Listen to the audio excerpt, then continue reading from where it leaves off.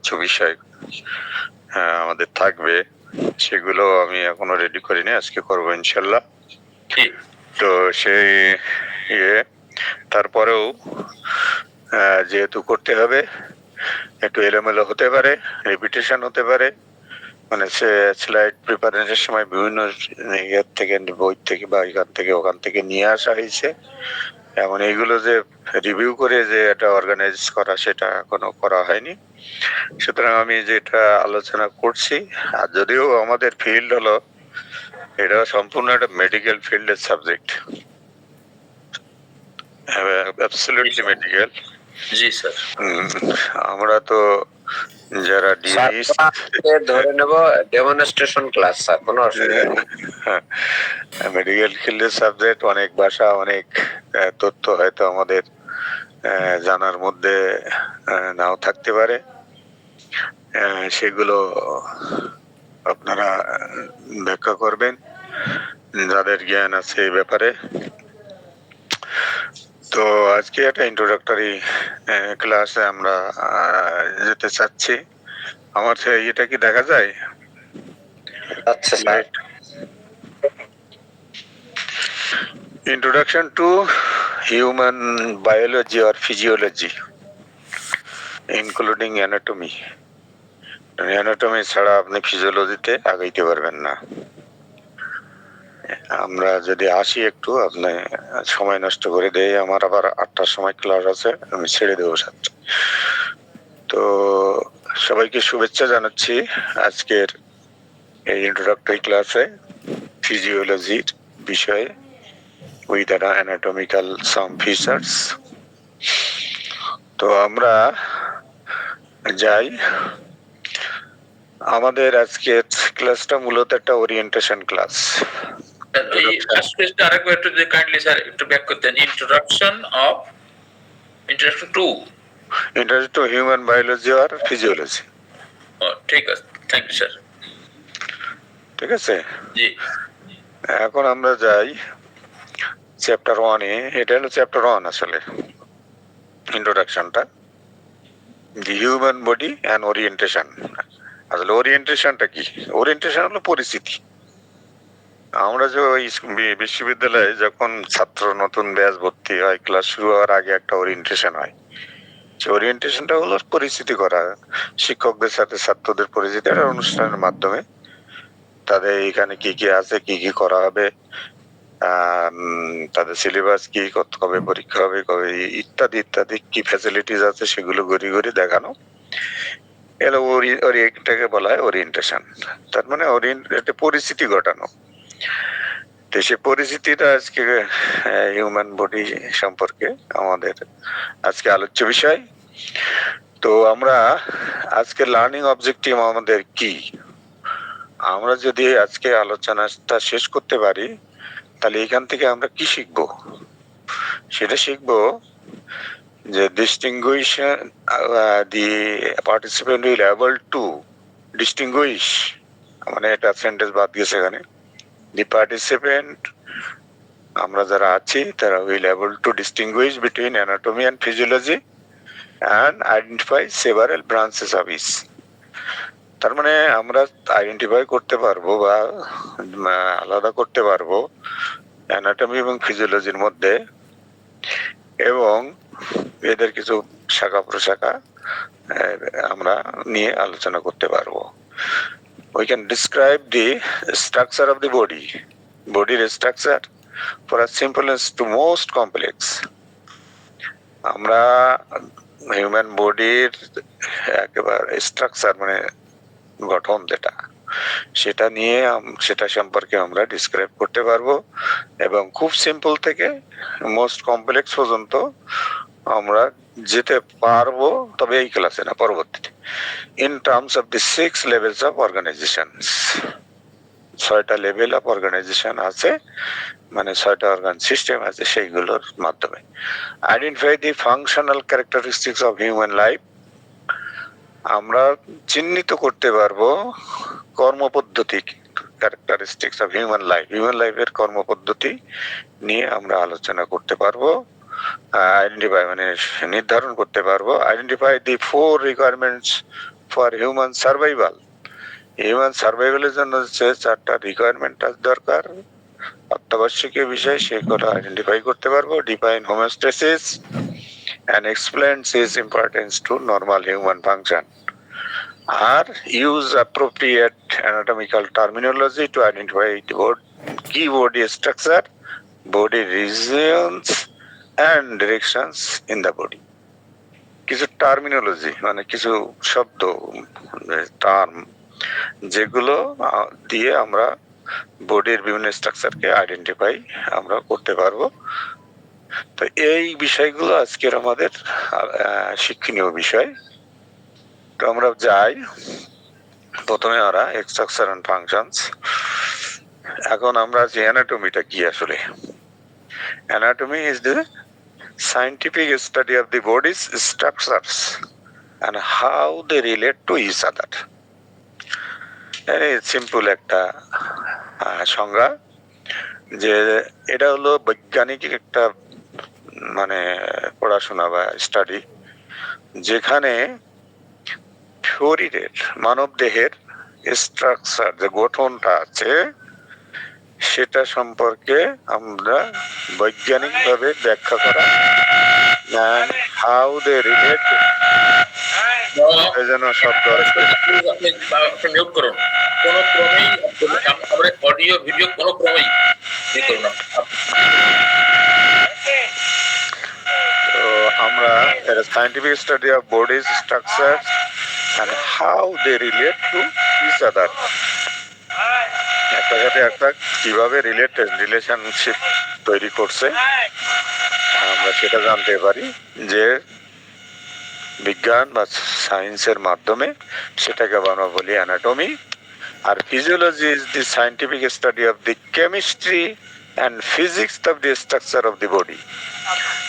ফিজিওলজিটা হলো এটাও একটা সায়েন্টিফিক স্টাডি, বৈজ্ঞানিক পঠন, যেখানে হিউম্যান বডির কেমিস্ট্রি, রাসায়নিক বিষয়াদি এবং ফিজিক্স গঠন বিদ্যাদি, মানে ফিজিক্স বলতে তো আমরা ভৌত যে বিষয়গুলো, কেমিস্ট্রি হলো কেমিক্যাল বিষয়গুলো যেগুলো আছে, অফ দি স্ট্রাকচার, যে স্ট্রাকচার গুলো আমরা অ্যানাটমিতে জানবো, সেই স্ট্রাকচার গুলো কেমিস্ট্রি অ্যান্ড ফিজিক্স নিয়ে আমাদের ফিজিওলজিতে আলোচনা হয়, and the ways in which they work together, এবং কিভাবে তারা একত্রে কাজ করে। এই যে এখন বিভিন্ন অর্গান বা যে বিভিন্ন স্ট্রাকচার আমাদের শরীরে আছে, সেই অর্গানগুলো একত্রে কিভাবে কাজ করে, to support the functions of life, জীবনের সাপোর্ট মানে কি, সাপোর্ট মানে কি বলে এই দেওয়া আর কি, সাপোর্ট তো আমরা বুঝি সাপোর্ট। তো প্রিন্সিপালস অফ কমপ্লিমেন্টারিটি, কিছু নীতি আছে কমপ্লিমেন্টারি নীতি। Although anatomy and physiology are dealing with different topics, but both go side by side to help us understand human body. একটা অন্যটা কমপ্লিমেন্টারি মানে পরিপূরক আর কি, একটা আরেকটার পরিপূরক। Anatomy and physiology R dealing with different topics. Anatomy আলাদা topics আলোচনা করে, ফিজিওলজি আলাদা টপিকস আলোচনা করে, কিন্তু সেটা একটা আরেকটার সাহায্য করে। একটা ছাড়া আরেকটা আলোচনা করা কোনোভাবে সম্ভব না। আপনি অ্যানাটমি না জানলে ফিজিওলজিটাকে ব্যাখ্যা করতে পারবেন না। সেজন্য বলা হচ্ছে anatomy physiology dealing with different topics, বিভিন্ন বিষয় নিয়ে আলোচনা করে, but both go side by side, তাই একত্রে যায়, to help us understand human body, human বডিটাকে বোঝার জন্য আমাদেরকে সাহায্য করে। তার মানে একটার সাথে আরেকটা কমপ্লিমেন্টারি, পরিপূরক। We need physiology to understand the anatomical design of a certain structure. Physiology কেন দরকার? অ্যানাটমিক্যাল ডিজাইন কে বোঝার জন্য দরকার। যেমন why the heart and lung sit beside each other, এখন কেন হার্ট এবং লাংস একটা অন্যর পাশাপাশি অবস্থান করে, কিভাবে করে, এই বিষয়টাকে আপনার ব্যাখ্যা আসবে ফিজিওলজিক্যাল বিষয়ের মাধ্যমে। We need anatomy to understand, মানে হার্টের সাথে লাংসের একটা নিবিড় যে সম্পর্ক আছে সেটা এখান ফিজিওলজি থেকে জানা যাবে। আবার হার্ট এবং লাংস কিন্তু অ্যানাটমিক্যাল সাবজেক্ট, তার স্ট্রাকচার ইত্যাদি। তাহলে ওই হার্ট এবং লাংসের যে অবস্থান, তাদের একের অপর উপর নির্ভরশীলতা, সেইটা আমরা কিন্তু ফিজিওলজি থেকে আমরা জানতে পারবো। We need anatomy to understand how certain structure work. আমাদেরকে মানে জানা উচিত অ্যানাটমি, কেন জানা উচিত? হাউ সার্টেন স্ট্রাকচার ওয়ার্ক, একটা স্ট্রাকচার কিভাবে কাজ করে। যেমন why are we able to grab things why ducks can not. আমরা মানুষেরা কিছু ধরতে পারি, ধরে নিয়ে আসতে পারি, কিন্তু হাঁসেরা কেন পারে না? এই যে বিষয়টা, এটা আমরা অ্যানাটমি থেকে জানতে পারি। এখন levels of structural organisation of the human body. Human বডির যদি আমরা স্ট্রাকচার দিকে যাই, এই স্ট্রাকচার গুলো আসলে তারপরে এই স্ট্রাকচার গুলোর ফাংশন আমাদের ফিজিওলজিতে আসবে। এখন এটা হলো অ্যানাটমির ব্যাপার। The organization of the body often is discussed to terms 6 distinct levels of increasing complexity from the smallest chemical building blocks to a unique human organism. মানে একেবারে সূক্ষ্ম বিষয় থেকে কমপ্লেক্স বিষয়ের দিকে যাবে। সূক্ষ্ম বিষয় হলো একটা, ধরুন অ্যাটম, মলিকুলস ইত্যাদি, এইখান থেকে শুরু করে আমাদের একটা হিউম্যান বডি পর্যন্ত যাবে আর কি। তো এখানে আমাদের দেখেন নিচে একটা দেওয়া আছে, অ্যাটম। প্রথম হলো অ্যাটম দিয়ে শুরু, মাথায় অ্যাটম থেকে মলিকুলস থেকে অর্গানেলস, মানে মলিকুল বলতে আমরা এখানে সেল বোঝাবো। সেলের থেকে অর্গানেলসে আসবে, এখানে অর্গানেলস থেকে অর্গানে আসবে, অর্গান থেকে অর্গান সিস্টেম আসবে, অর্গান সিস্টেম সব অনেকগুলো নিয়ে, তার মানে কতগুলো অ্যাটম নিয়ে মলিকুল হবে। মলিকুল এখানে আমরা সেলকে বোঝাবো, এবং কতগুলো মলিকুলের টিস্যু হবে, টিস্যুর মধ্যে কতগুলো টিস্যু নিয়ে একটা আমার অর্গান হবে। এই যেমন একটা অর্গান, এটা কি অর্গান? পাকস্থলী হতে পারে নাকি। তো এই অর্গানটার আবার সিস্টেম আছে, অনেকগুলো পার্টস পত্র নিয়ে এটা অন্যদের সাথে মিলিয়ে আবার একটা অর্গান সিস্টেম করে, যেমন এলিমেন্টারি সিস্টেম এখানে দেখানো হয়েছে।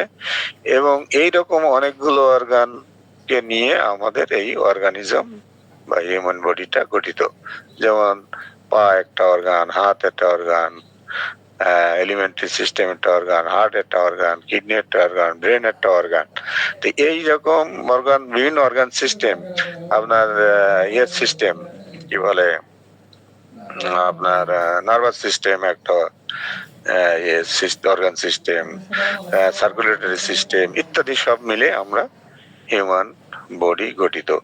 তার মানে এটা খুবই সিম্পল একটা ফর্ম থেকে আস্তে আস্তে আস্তে একদম বিশাল কমপ্লেক্স অর্গানিজমে আমরা পরিণত করলাম। এইটা হলো আমাদের। এখন অর্গান সিস্টেমের মধ্যে আছে ইন্টিগুমেন্টারি সিস্টেম। এটা খুবই সিম্পল, মানে একদম পরিচিতিমূলক। ইন্টিগুমেন্টারি সিস্টেম মানে আমাদের উপরের যে লেয়ার, সেটাকে বলে ইন্টিগুমেন্টারি সিস্টেম। উপরে যা দেখা যায় খালি চোখে, সেটা হলো হেয়ার হতে পারে, স্কিন হতে পারে, নেলস হতে পারে, এইগুলো তো আমরা মোটামুটি করি। তো এই ইন্টিগুমেন্টারি সিস্টেমের এরা কি কাজ? এনক্লোজেস ইন্টারনাল বডি স্ট্রাকচার। বডি স্ট্রাকচারকে এরা কভার দিয়ে রাখে, ঢেকে রাখে। আর সাইট সেন্সরি রিসেপ্টর, এগুলো আবার সেন্সরি রিসেপ্টর হিসেবেও কাজ করে। স্কেলেটাল সিস্টেম, যে আমাদের যে কার্টিলেজ, বোনস, কার্টিলেজ নাক দেখানো হয়েছে, নাকে থাকে কার্টিলেজ, বোন, হাড় তো বিভিন্ন জায়গায় আছে, আমাদের জয়েন্টস আছে বিভিন্ন। তো এইগুলোর সিস্টেম হলো সাপোর্ট দি বডি, আমাদের বডিকে সাপোর্ট দেয়। এই স্ট্রাকচারের উপরে আমরা যখন মাসল তৈরি হয় তখন শক্ত কাজ করার ক্ষমতা বাড়ে। তাই এই মাসল এবং অন্যদেরকে সাপোর্ট দেওয়ার জন্য, বহন করার জন্য আমাদের এই স্কেলেটাল সিস্টেমটা দরকার। enables movement with muscular system. Muscular সিস্টেমের সাহায্যে আমাদেরকে নড়াচড়ায় চলাচলে সাহায্য করে এই স্কেলেটাল সিস্টেম। এগুলোর কিন্তু অ্যানাটমিতে বিস্তারিত আরো আলোচনা করতে হবে। আমরা এখানে ফিজিওলজির মানে যেটুকু প্রয়োজন সেটুকু আলোচনা করছি। এখন অর্গান সিস্টেমে হচ্ছে muscular system, muscle skeletal muscle, tendon ইত্যাদি সবগুলোই মাসলের অন্তর্ভুক্ত। এগুলো আমাদের কি কাজ করে? এনাবলস মুভমেন্ট, আমাদের চলাচলে সাহায্য করে with skeletal system. Skeletal system আর মাসল কিন্তু অঙ্গাঙ্গি ভাবে জড়িত। স্কেলেটাল যেমন মাসলকে ছাড়া চলতে পারে না, মাসল আবার স্কেলেটাল ছাড়া চলতে পারবে না। দুটো মানে প্রত্যেকটা অঙ্গ আবার সবার সাথে সবাই সম্পর্কিত। তাহলে মাসল কাজ করবে স্কেলেটনের উপরে কভারিং দিয়ে তাকে শক্তিশালী করে, তাকে এই আমাদের মুভমেন্টে সাহায্য করবে। হেলথ মেনটেন বডি টেম্পারেচার, এই মাসল এবার বডি টেম্পারেচার মেনটেন করে। এরপরে নার্ভাস সিস্টেমে আছে ব্রেন থেকে শুরু করে স্পাইনাল কর্ডস এবং পেরিফেরাল নার্ভস বিভিন্ন রকম যতগুলো আছে। তো নার্ভাস সিস্টেমের ডিটেক্টস এর কাজ, মানে কাজটা হলো কি, detects and processes sensory information. এই যে সেন্স, অনুভূতি, এই ইনফরমেশন গুলো ডিটেক্ট করবে এন্ড প্রসেস করবে এবং তার অ্যাক্টিভিটিস, বডিলি রেসপন্স, পরবর্তীতে এর রেসপন্স করবে। আপনার গায়ে খোঁচা দিলে আপনার ব্যথা করবে, আপনি সেই দিকে মুভ করবেন, সেটা প্রতিহত করার চেষ্টা করবেন, এটা হলো তার রেসপন্স। আর এই খোঁচা যে আপনি পাইলেন সেটা যে রিসিভ করলে ব্রেনে প্রসেস হয়ে আপনার হাতকে বা পাকে ওই দিকে প্রবাহিত করলো, আপনার মনোসংযোগকে প্রবাহিত করলো, সেটা হলো আপনার রেসপন্সেস। তো এইভাবে নার্ভাস সিস্টেম আমাদেরকে বিভিন্ন ভাবে এই যে সহযোগিতা করছে। কোন ব্যাপারে সহযোগিতা? সেন্সরি ইনফরমেশন, সেটার প্রসেসিং এবং সেটার রেসপন্সের কাজে। নেক্সট অর্গান সিস্টেম হলো এন্ডোক্রাইন সিস্টেম। এনে যে পিটুইটারি গ্ল্যান্ডস আছে, থাইরয়েড গ্ল্যান্ডস আছে, প্যানক্রিয়াস আছে, আপনার অ্যাডেনাল গ্ল্যান্ড আছে, টেস্টিস আছে, এই যে যত আছে গ্ল্যান্ডুলার সিস্টেম গুলো আছে সেইকে বলে এন্ডোক্রাইন সিস্টেম। এবং এই এন্ডোক্রাইন সিস্টেম সিক্রেট হরমোনস, এইখান থেকে বিভিন্ন রকম হরমোন সিক্রেশন হয় যা শরীরের বিভিন্ন কার্যাবলীতে ব্যবহৃত হয়। রেগুলেটস বডিলি প্রসেস, শরীরের সমস্ত কার্যক্রম পরিচালনায় হরমোনগুলো কাজ করে। কার্ডিওভাস্কুলার সিস্টেম, কার্ডিওভাস্কুলার হলো আমাদের রক্ত সংবহন তন্ত্র, যেটা হার্ট এবং ব্লাড ভেসেল, ওর সাথে অবশ্য লাং এর একটা সম্পর্ক আছে। তাহলে কার্ডিওভাস্কুলার সিস্টেম কি কাজ করে? Delivers oxygen and nutrients to tissues. এইরা অক্সিজেন বহন করে শ্বাস প্রশ্বাসের শ্বাসের মাধ্যমে, এটা হার্ট ফুসফুসে যায়, এটা পরিশুদ্ধ করে, হার্টের মাধ্যমে পাম্প করে, শরীরে পৌঁছায়। আমরা যে খাবার গ্রহণ করি সেই খাবারটা অ্যাবজর্ব করে এই ব্লাডের এই কার্ডিওভাস্কুলার সিস্টেমের মাধ্যমে বিভিন্ন সেলে বা টিস্যুতে তার প্রসেস করে পৌঁছে দেয়। সেটাই হলো এই সার্কুলার সিস্টেম কাজ। এটা বডি টেম্পারেচার নিয়ন্ত্রণ অন্যান্য বিভিন্ন কাজেও ব্যবহৃত হয়।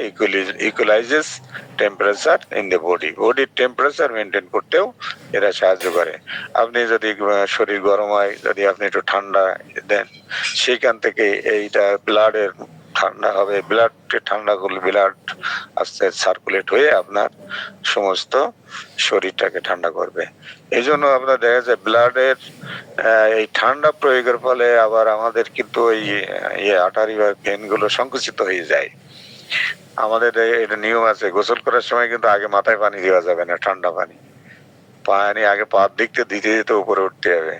হঠাৎ মাথায় দিলে মাথায় যদি আপনার ভেন আটার এগুলো স্কুইজ হয়ে যায়, তাহলে কিন্তু আপনার ফেটে যাওয়ার একটা সম্ভাবনা থাকে, স্ট্রোক করার সম্ভাবনা থাকে। বাথরুম স্টেপ করার মধ্যে অনেকগুলো কারণের মধ্যে এটাও একটি।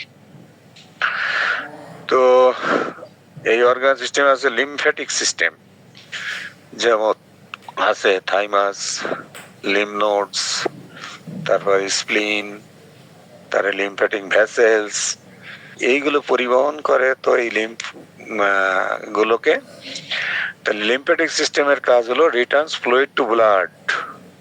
এই যে বিভিন্ন ফ্লুইড আছে সেগুলো ব্লাডে ফিরিয়ে আনে এবং কি বলে ডিফেন্স এগেনস্ট প্যাথোজেন। এই লিম্ফ নোডগুলো লিম্ফ মানে যেগুলো তারা সিক্রেশন হয় যেখান থেকে তারা পরিবহন করে এবং এর থেকে সেইগুলো নিয়ে তারা ব্লাডে দেয় এবং সেখান থেকে আবার তারা প্যাথোজেনের বিরুদ্ধে ওই লিম্ফ গুলো আমাদের তাদের প্যাথোজেনের এগেইনস্টে ফাইট করতে সাহায্য করে, ব্যাকটেরিয়া, ফাঙ্গাস, ভাইরাস ইত্যাদির বিরুদ্ধে লড়তে সাহায্য করে। এরপর রেসপিরেটরি সিস্টেম। রেসপিরেটরি সিস্টেমে আপনার নেজাল প্যাসেজ আছে, নাক দিয়ে আমাদেরকে নিতে হয়, এর মধ্যে ট্রাকিয়া আছে এবং লাংস, আরো অনেক এখানে ভাগাভাগি আছে, বিভিন্ন ডিটেলস স্টাডি আছে। তো এই রেসপিরেটরি সিস্টেমের কাজ হলো removes carbon dioxide from the body, body থেকে কার্বন ডাইঅক্সাইড বের করা আর ডেলিভারস অক্সিজেন টু ব্লাড, ব্লাডের মধ্যে অক্সিজেন সাপ্লাই করা। এইটাই হলো মেন কাজ, এর অন্যান্য কাজও আছে। যে এখন আছে ডাইজেস্টিভ সিস্টেম। ডাইজেস্টিভ সিস্টেমের মধ্যে স্টোমাক, লিভার, গল ব্লাডার, তারপরে লার্জ ইন্টেস্টাইন আর স্মল ইন্টেস্টাইন, বৃহদান্ত্র, ক্ষুদ্রান্ত, গল ব্লাডার মানে কি যেন মনে নাই, লিভার, হ্যাঁ পিত্তথলি, আর হলো লিভার তো আমরা বলি কি ইয়ে লিভার তো লিভারই সবাই জানে, স্টোমাক মানে পাকস্থলী, এই সব মিলে আমাদের ডাইজেস্টিভ সিস্টেম। এবং শুধু ডাইজেস্টিভের মধ্যে আবার আমাদের ওই মুখ থেকে শুরু হবে আর কি, মুখের থেকে খাদ্য গ্রহণ থেকে শুরু করে খাদ্য পাচন হয়ে বেরিয়ে যাওয়া পর্যন্ত। তো ডাইজেস্টিভ সিস্টেমের মধ্যে এটা processes food for use by the body, খাদ্যটাকে প্রসেস করা এদের হলো কাজ। খাদ্য থেকে যেটুকু প্রয়োজনীয় অংশ সেটুকু নেওয়া, বাকি অপ্রয়োজনীয় অংশকে বের করে দেওয়া। খাদ্য হজম, সোজা কথায় হজম করে ওখান থেকে শক্তি, ওখান থেকে নিউট্রিয়েন্ট ওগুলোকে অ্যাবজর্ব করা। কার মাধ্যমে অ্যাবজর্ব করবে? বিভিন্ন সেলের মাধ্যমে, এবং সেটা ব্লাডে নিয়ে যাবে। Removes waste from undigested food, আর যেগুলো হজম হবে না সেগুলোকে বডি থেকে বের করে দেবে। Urinary system. ইউরিনারি সিস্টেমের মধ্যে কিডনি, ইউরিনারি ব্লাডার, ইউরেথ্রা ইত্যাদি, এইগুলো নিয়ে আমাদের ইউরিনারি সিস্টেম। ইউরিনারি কিডনি প্রস্রাব কিডনি থেকে ছাঁকুনি দিয়ে আসে, ইউরিনারি কিডনির মাধ্যমে ছাঁকুনি আসে ইউরিনারি ব্লাডারে জমা হবে, জমা ওখান থেকে আমাদের যে অর্গান আছে সেই অর্গান দিয়ে বেরিয়ে আসবে। তো ইউরিনারি সিস্টেমের এটা কি কাজ? Controls water balance in the body. বডির মধ্যে যখন বেশি পানি হবে সেটা ছাঁকুনির মাধ্যমে আমাদের ইউরিনের মাধ্যমে বেরিয়ে যাবে। আর removes waste from blood and excretes them, মানে ব্লাড থেকে অপ্রয়োজনীয় দ্রব্য যেটা আমাদের ক্ষতিকারক বা প্রয়োজনীয় সেগুলোকেও বের করে দেওয়া এই সিস্টেমের কাজ। এবার আছে মেল রিপ্রোডাক্টিভ সিস্টেমের মধ্যে মেল রিপ্রোডাক্টিভ সিস্টেম আর female reproductive system. Male reproductive সিস্টেমে আমাদের এপিডিডাইমিস অ্যান্ড টেস্টিস। এপিডাইমিস মানে ওইটা আমাদের কি বলে পেনিস সহ অন্যান্য যে বিষয়গুলো আছে, টেস্টিসের সংক্ষেপে বলা আছে এখানে, আরো অর্গান আছে এখানে। এর কাজ হলো produces sex hormones and gametes. Sex hormone তৈরি করে। সেক্স হরমোনের কাজ হলো অন্যান্য ওদের কার্যকলাপকে করা, পরিচালনা করা, আর গ্যামেট তৈরি করা, মেল গ্যামেট যেটাকে বলে আমরা স্পার্ম বলি, সেটা তৈরি করবে। আর এটা কি জন্য লাগবে? ফিমেলদের ক্ষেত্রে এটা পুশ করতে হবে, সেটা সেখানে যে প্রসেস হয়ে আমাদের রিপ্রোডাকশনে সাহায্য করবে। আর ফিমেল রিপ্রোডাকটিভ সিস্টেম আপনারা জানেন যে মেমারি গ্ল্যান্ড থেকে শুরু করে ওভারিস এন্ড ইউটেরাস, ভ্যাজাইনা ইত্যাদি, এখানে বিভিন্ন রকম অর্গান আছে। সেইগুলোর কাজ হলো প্রডিউসেস সেক্স হরমোনস। এখানেও মেলে যেরকম সেক্স হরমোন তৈরি করে, ফিমেলও কিন্তু সেক্স হরমোন তৈরি করে। এই দুটো হরমোন আমাদের একের অপরের প্রতি আকৃষ্ট করে এবং এইটার supports embryo foetus until birth. এইখান থেকে মেল হরমোন ফিমেল হরমোন দিয়ে যারা সেক্স হলো, সেখান থেকে স্পার্ম আসলো, এখান থেকে ওভাম আসলো, ফার্টিলাইজেশন হলো, ফার্টিলাইজেশনের পরে যে এমব্রায় হলো সেইটাকে আবার সাপোর্ট করবে, ফিটাস নবজাতক হবে এবং প্রসিডস মিল্ক ফর ইনফ্যান্ট। আরেকটা কাজ হলো প্রডিউসেস মিল্ক ফর ইনফ্যান্ট, আর কাজ হলো তার এই যে নবজাতক হবে তার জন্য দুধের ব্যবস্থা করা, তৈরি করা। তাহলে এই হলো ফিমেল রিপ্রোডাকটিভ সিস্টেম। ফিমেলের কিন্তু কাজ অনেক বেশি than the male reproductive system, সেজন্য ওখানে সমস্যাও অনেক বেশি। জানতে হবে ক্যারেক্টারিস্টিক অফ লাইফ। আমরা যদি এখন আসি, লাইফের ক্যারেক্টারিস্টিক হলো মুভমেন্ট, চেঞ্জ ইন পজিশন আর মোশন। আমরা অনেক মোশন সবসময় আলোচনা করি, মোশনে অ্যাগ্রাভেট করে, মোশনে ইমুলেট করে। তাহলে মুভমেন্টটা কি? পজিশন চেঞ্জ করা, এক জায়গা থেকে আরেক জায়গায় যাওয়া। তাহলে আমরা, গাছ কিন্তু এক জায়গা থেকে আরেক জায়গায় যায় না, হাঁটতে পারে না, আমরা পারি, প্রাণীরা পারে, সেটাই করা। আরেকটা হলো রেসপন্সিভনেস, সাড়া দেওয়া, রিয়াকশন টু এ চেঞ্জ। যে কোনো চেঞ্জ আসলে তার প্রতি আমরা রেসপন্স করি, সেটা কোল্ড হতে পারে, হিট হতে পারে, আঘাত হতে পারে, সেটা মানসিক বা শারীরিক, বিভিন্ন রকম যেটাই হোক না কেন সেটাই রেসপন্স করা। গ্রোথ, বৃদ্ধি, ইনক্রিজ ইন বডি সাইজ। এই বডি সাইজটা কিভাবে হয়? প্রত্যেকটা অর্গানেলের সেল ডিভিশন হয়, সেল এনলার্জমেন্ট হয়, যার জন্য গ্রোথটা সংঘটিত হয়। নো চেঞ্জেস ইন শেপ, কিন্তু শেপের কোনো পরিবর্তন হবে, আকার আকৃতি যা ছিল তাই থাকবে, কিন্তু সাইজে বড় হতে থাকবে, সেটা হলো গ্রোথ। এই গ্রোথটা সম্পাদিত হয় সাধারণত সেল ডিভিশন, কোষ বিভাজন এবং এনলার্জমেন্ট, বড় হওয়া। কোষগুলো একটা থেকে দুটা, দুটা থেকে চারটা এরকম হতে থাকবে। যদি বডিলি সেল হয়, সেক্স সেল হলে আবার অন্যরকম মাইটোসিস বা মিওসিস প্রক্রিয়ায়, যেটা হান্নান স্যার পরবর্তীতে আলোচনা করবেন। তো এইগুলো মাধ্যমে আমাদের কিন্তু গ্রোথটা হয়। রিপ্রোডাকশন তো আমরা জানি যে বাচ্চা কাচ্চা উৎপাদন করা, production of new organisms and new cells. New cell তৈরি করাও কিন্তু একটা রিপ্রোডাকশন। আবার নিউ অর্গানিজম মানে তার পরবর্তী বংশধর সৃষ্টি করা, সেটাও রিপ্রোডাকশন। আর রেসপিরেশন, অবটেনিং অক্সিজেন, অক্সিজেন গ্রহণ করবে, removing carbon dioxide, carbon dioxide ত্যাগ করবে, রিলিজিং এনার্জি ফ্রম ফুডস। এই দুটো প্রক্রিয়ার মাধ্যমে আপনার খাদ্য থেকে শক্তি উৎপন্ন করবে। আপনার সাধারণত গ্লুকোজ থেকে এটা ভেঙে আমরা অক্সিজেনের মাধ্যমে এরা উৎপন্ন করে, তা এরা পানি এবং তাপ শক্তি উৎপন্ন করে, এটা আমরা জানি। তাহলে এই প্রক্রিয়াগুলো, এগুলো হলো লাইফের একটা ক্যারেক্টারিস্টিক্স। আর কি কি আছে? ডাইজেশন আছে। Digestion is the breakdown of food substance into simple স্পন। আমরা যে জটিল কঠিন খাবারগুলো খাই, সেইখানে সেগুলোকে ব্রেকডাউন করা, তাদেরকে ব্রেক করে তার থেকে আমাদের পুষ্টি উপাদান যেগুলো আছে সেগুলোকে আমাদের নিয়ে আসতে হবে। এগুলো সিম্পলেস্ট ফর্মে নিয়ে শরীরে অ্যাবজর্ব করার যে প্রক্রিয়া, টোটাল প্রক্রিয়াকে আমরা অ্যাক্টিভিটিকে আমরা বলি ডাইজেশন। আর যে সিস্টেমের মধ্যে এই কাজটি করে সেটা বলে আমরা ডাইজেশন এলিমেন্টারি ক্যানেল বা ডাইজেস্টিভ সিস্টেম। এরপরে হলো absorption, passages of substances through membranes and into body fluids.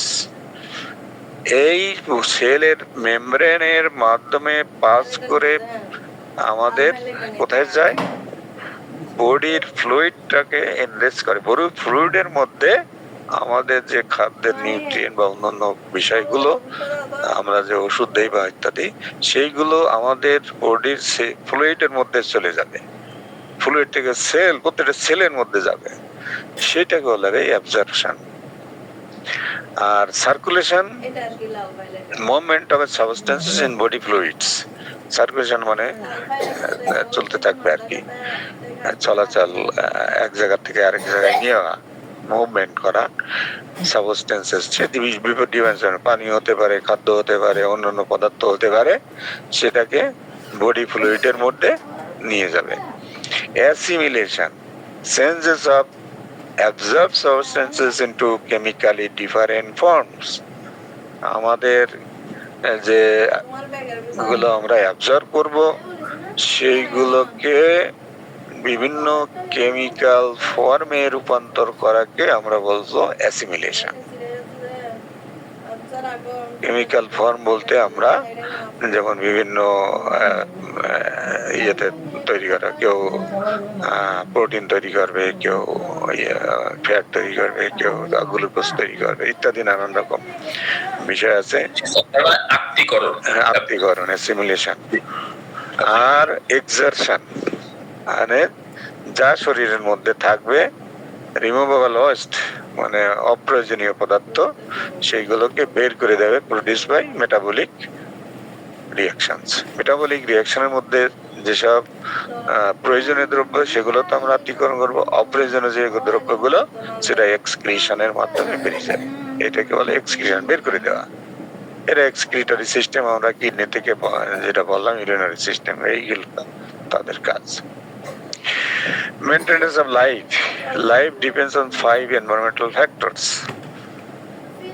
জীবনটা, মানব জীবন আমাদের এই 5টি এনভায়রনমেন্টাল ফ্যাক্টরের উপরে অনেকাংশেই ম্যাক্সিমাম ভাবে নির্ভরশীল। Water, food, oxygen, heat and pressure. এই 5টি বিষয় আমাদের জানতে হবে, মানে এই 5টি বিষয় ছাড়া আমাদের লাইফ চলবে না। ওয়াটারের কাজ কি? Most abundant substance in body, মানে মানুষের দেহের সবচেয়ে বেশি পরিমাণ পদার্থ হলো পানি। মানে আমাদের বলা হয় প্রায় 90% বা 95% এরকম হতে পারে অন্যান্য পদার্থের তুলনায়। 80%, প্লান্টের ক্ষেত্রে আরো বেশি, 96% পর্যন্ত পানি থাকে। রিকোয়ার্ড ফর মেটাবলিক প্রসেস, মানুষের মধ্যে একটু কম থাকে, ওই বডি ওয়েট অনুসারে কম থাকে পানি, কিন্তু অন্যান্য এতে বেশি থাকে, তবে এটা বেশি থাকে। রিকোয়ার্ড ফর মেটাবলিক প্রসেস, এই ওয়াটারটা মেটাবলিক যে আমাদের প্রসেস গুলো আছে, খাদ্য হজম, আত্মীকরণ ইত্যাদি ব্যাপারগুলোতে পানির ভূমিকা আছে। Required for transport of substances, এই যে বিভিন্ন আপনি আনমিউট হয়ে গেছেন। ট্রান্সপোর্ট মানে পরিবহন করা আমাদের যে বিভিন্ন পদার্থ, খাদ্য থেকে যে নিউট্রিয়েন্ট বা অন্যান্য বা ওষুধ বা কোনো কেমিক্যাল বা ইত্যাদি শরীরে যাই প্রবিষ্ট হবে, সেগুলোকে এক জায়গা থেকে এক জায়গাতে পরিবহন করার কাজেও এই ওয়াটার সাহায্য করে। ওয়াটারে আমাদের তো বাইরে দুনিয়ায় ওয়াটার ট্রান্সপোর্টেশন আছে, লঞ্চ আছে, নৌকা আছে, ঘাট আছে, এগুলো যেমন ট্রান্সপোর্ট করে, এই ওয়াটারের মাধ্যমে আমাদের শরীরের বিভিন্ন পদার্থ এক জায়গা থেকে ট্রান্সপোর্ট করা হয়। রেগুলেট ওয়ার্ল্ডটাই মানে total all over the world our body আমার সারা বিশ্বটাই আমাদের হ্যাঁ, রেগুলেটস বডি টেম্পারেচার। এইখানে পানি হলো বডি টেম্পারেচার মেনটেন করে। কিভাবে করে? পানি, আপনি যদি পানি 1 গ্লাস পানি খাওয়ার মাধ্যমে আপনি ঠান্ডা পানি খেলেন, সেটা বডিতে গেল, বডির ব্লাডের মাধ্যমে সার্কুলেট হয়ে গেল, আপনার প্রত্যেকটা কোষে কোষে পৌঁছে যেয়ে আপনার তো ইয়েটা বডিটা ঠান্ডা করলো। অথবা ওয়াটার, কোল্ড ওয়াটার যদি আপনার ওয়াটারের মধ্যে আপনি ডুবে থাকেন, সেখান থেকে আপনার হিট অ্যাবজর্ব করবে এবং সেখান থেকে হিট রিলিজ করবে, সেখান থেকে আমরা বডি টেম্পারেচারকে কন্ট্রোল করতে পারে। Food provides necessary nutrients.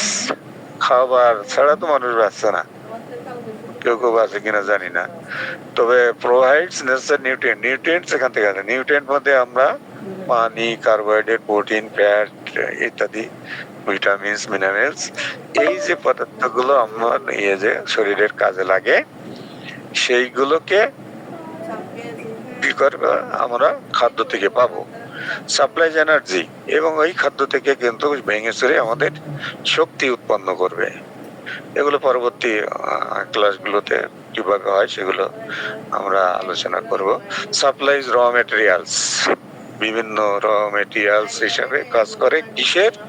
বিভিন্ন অর্গানে যে অ্যাক্টিভিটি হবে তাদের যে কাজ, যেমন এন্ডোক্রাইন সিস্টেম বা এই যে এনজাইম তৈরি ইত্যাদি নানান রকম যে অ্যাক্টিভিটি গুলো হবে, সেখানে কিন্তু এই নিউট্রন গুলোর অনেক ভূমিকা আছে। এবং এইগুলো যেমন এই নিউট্রনের মধ্যে কিন্তু আমাদের মিনারেলস আছে, mineral phosphorus, sodium, potassium, iron ইত্যাদি নানান রকম পদার্থ, সেগুলো কিন্তু আমাদের ব্লাড তৈরি, মুক্ত এইসব কাজের র মেটেরিয়ালস হিসাবে। আমাদের ইন্ডাস্ট্রিতে যেমন র মেটেরিয়ালস দরকার, কাপড় বানাতে গেলে সুতা দরকার, সেরকম ওই শরীরের বিভিন্ন পদার্থ তৈরিতে আমাদের র মেটেরিয়ালস হিসেবে এই খাদ্য কাজে লাগবে। অক্সিজেন, অক্সিজেন হলো 1/5 অফ এয়ার। আমাদের বাতাসের 1/5 হলো এই যে এনভায়রনমেন্টে অক্সিজেন থাকার কথা, যদিও প্লেস টেবলে যেটা ভেরি করে। আমাদের কনজেস্টেড যে সিটি গুলো আছে সেখানে হয়তো অক্সিজেনের পরিমাণ কম আছে, যেখানে গাছপালা বেশি আছে সেখানে অক্সিজেন বেশি আছে। তো এটা ওই যে মোটামুটি 1/5 একটা ব্যালেন্স থাকে। এয়ার যদি সার্কুলেট হয় তাহলে এটা মেনটেন করে। Use to release energy from nutrients. এই অক্সিজেন মানে কঠিন খাদ্যদ্রব্যকে ভেঙে সরল খাদ্যদ্রব্য তৈরি করা, এনার্জি তৈরি করা এবং পানি তৈরি করার কাজে, হিট এবং ওয়াটার তৈরিতে এই অক্সিজেন সাহায্য করে। হিটটা কি করবে? আমাদের form of energy. Heat in itself a form of energy.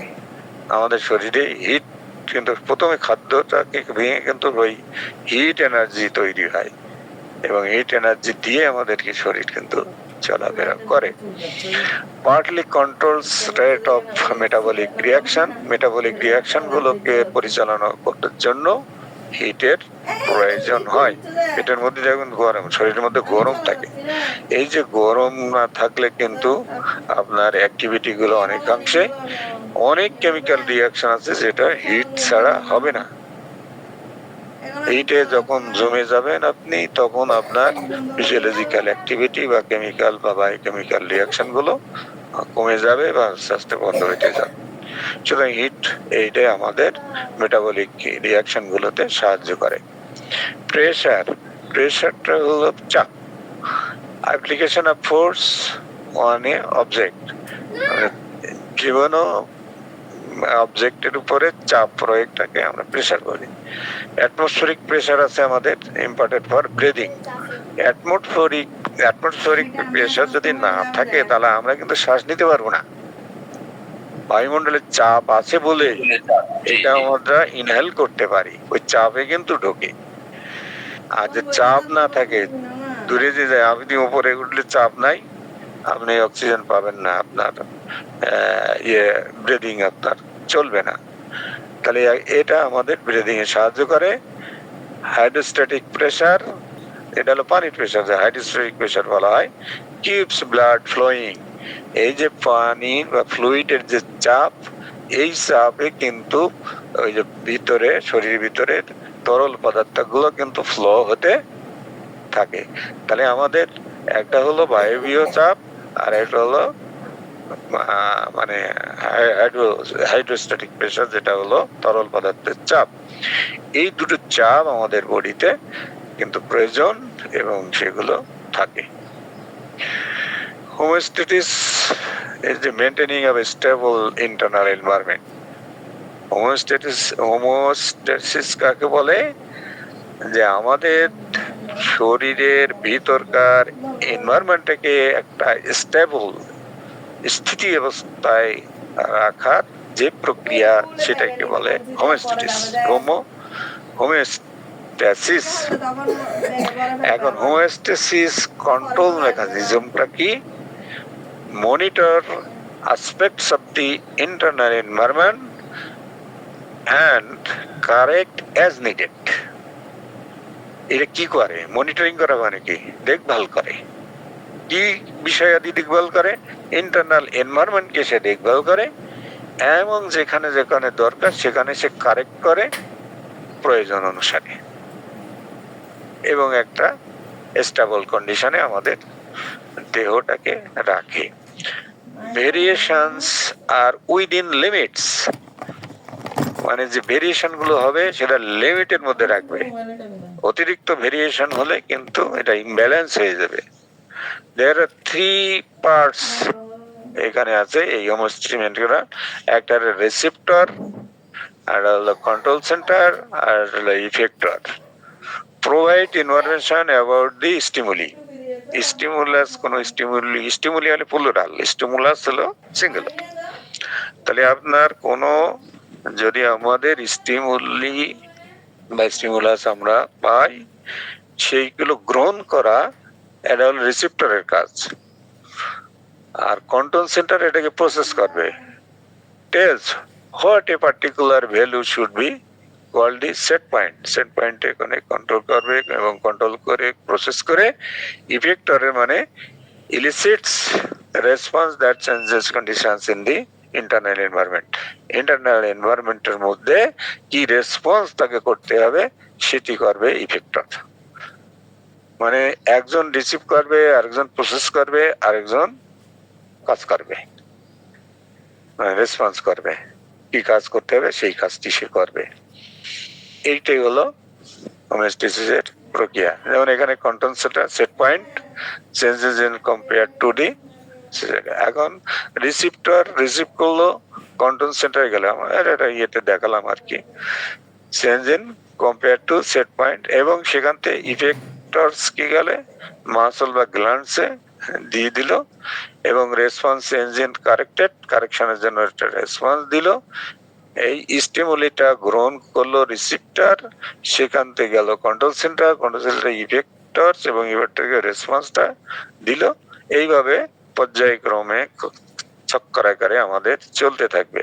এক একটা স্টিমুলাস আসবে, সেটা রিসিভ করবে, কন্ট্রোল সেন্টার প্রসেস করবে এবং ইফেক্ট দেবে মাসল গ্ল্যান্ড ইত্যাদির মাধ্যমে। এটা একটা জটিল প্রক্রিয়া। নর্মাল বডি, এটা বডি টেম্পারেচারের স্টিমুলি যদি হয়, সেই স্টিমুলার বডি টেম্পারেচার ড্রপস বিলো, অথবা receptor thermo receptor send signals to the control centre. Control centre মানে নার্ভাস সিস্টেমের মাধ্যমে সে কোথায় পাঠাবে? এই ব্রেনে পাঠাবে। এখানে আমার নর্মাল একটা বডি টেম্পারেচার আছে, 98 ডিগ্রি সেন্টিগ্রেড টু লো, এটা লো। সেটা আমাদের স্টিমুলাস দিল কোটা বডি টেম্পারেচার রাইজ অবভ নর্মাল। এই যদি নর্মাল হয়, টু হাই হয়, বা টু, এই নর্মাল থেকে যদি হাই হয়, সেটা রিসিভ করবে কেটা? আমাদের nervous system, nerve. Nerve receive করে কোথায় যাবে? কন্ট্রোল সেন্টার মানে আমাদের ব্রেনে। Hypothalamus direct the division from the set point. এই সেট পয়েন্টে সিগন্যাল ইফেক্টর অর্গান সিগন্যাল তৈরি হবে, এবং এখান থেকে ইফেক্টর স্কিন, ব্লাড ভেসেল ইত্যাদির মাধ্যমে সুইট গ্ল্যান্ডস ইত্যাদি সিক্রেট করবে।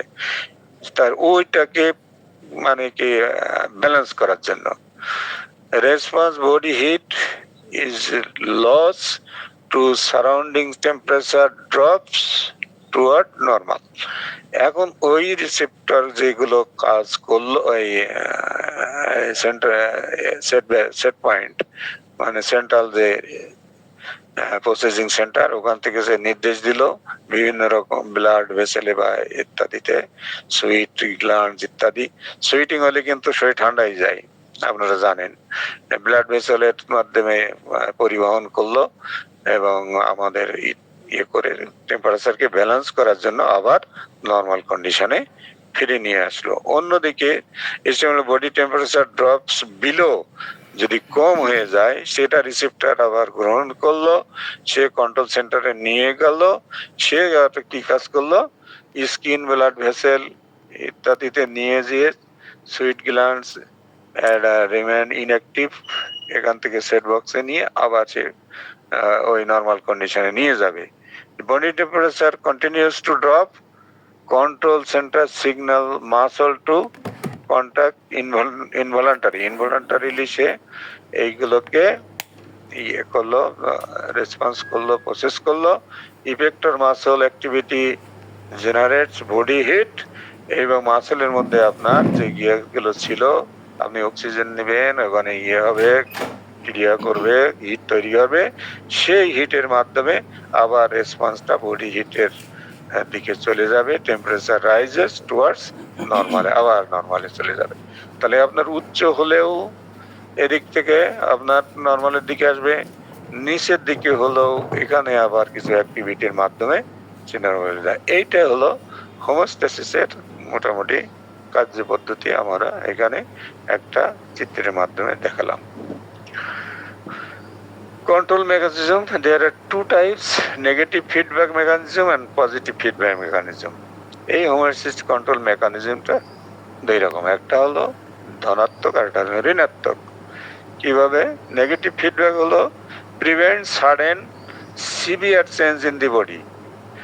সাডেন যদি কোনো চেঞ্জ আসে বা সিভিয়ার কোনো চেঞ্জ আসে, সেটাকে প্রিভেন্ট করা। আর কারেক্টস দি সেট পয়েন্ট, সেট পয়েন্ট হলো আমাদের হলো মস্তিষ্ক বা সেই জায়গাটা যদি কোনো সমস্যা থাকে সেইটা কারেকশন করা। Causes opposite to bodily disruption two ochre, that is the negative. এই অপোজিট টু বডিলি ডিসরাপশন, এটা যে করা থেকে করে সেইটা হলো নেগেটিভ। এবং most common type of feedback loop, এবং এর এক্সাম্পল হলো body temperature, blood pressure, glucose regulation, এই যে এইগুলোকে মেনটেন করা, এই হলো নেগেটিভ ফিডব্যাক। পজিটিভ ফিডব্যাকের কি কাজ? Increase accelerates the actions of the body, বডির অ্যাক্টিভিটিকে সে বাড়াবে, অ্যাক্সেলারেট বাড়িয়ে দেবে, ইনক্রিজ করে দেবে। ইনক্রিজ বা অ্যাক্সেলারেট একই অর্থে, মানে উত্তেজিত করে দেওয়া বা বাড়িয়ে দেওয়া, বডির অ্যাকশনকে বাড়াই দেবে। শর্ট লিভ, এটা অল্প সময়ের জন্য। ডু নট রিকোয়ার কন্টিনিউয়াস আসবে, আপনার স্টিমুলি আসবে, সেই সময়ের জন্য সে অ্যাক্টিভিটি শো করবে। যেমন blood clotting and seal bath, blood clotting হয়ে যায়, সেখানে তারা সেটাকে সারানোর জন্য যা যা দরকার সেইগুলোকে সেন্ড করবে। চিল বার্থ হলে বা সাইল বার্থ নিয়ন্ত্রণে এটা সাহায্য করে। এখন হলো organisation of the body.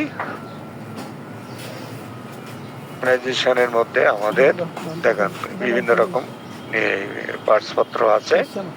Cervical কি বলে, ক্রানিয়াল ক্যাভিটি, তারপরে ভার্টিব্রাল ক্যানাল, তারপরে থোরাসিক ক্যাভিটি, এই যে ক্যাভিটি গুলো, তারপরে ডায়াফ্রাম, তারপরে অ্যাবডোমিনাল ক্যাভিটি, তারপর পেলভিক ক্যাভিটি, এগুলো হচ্ছে ক্যাভিটির বিষয়। থোরাসিক ক্যাভিটি, তাহলে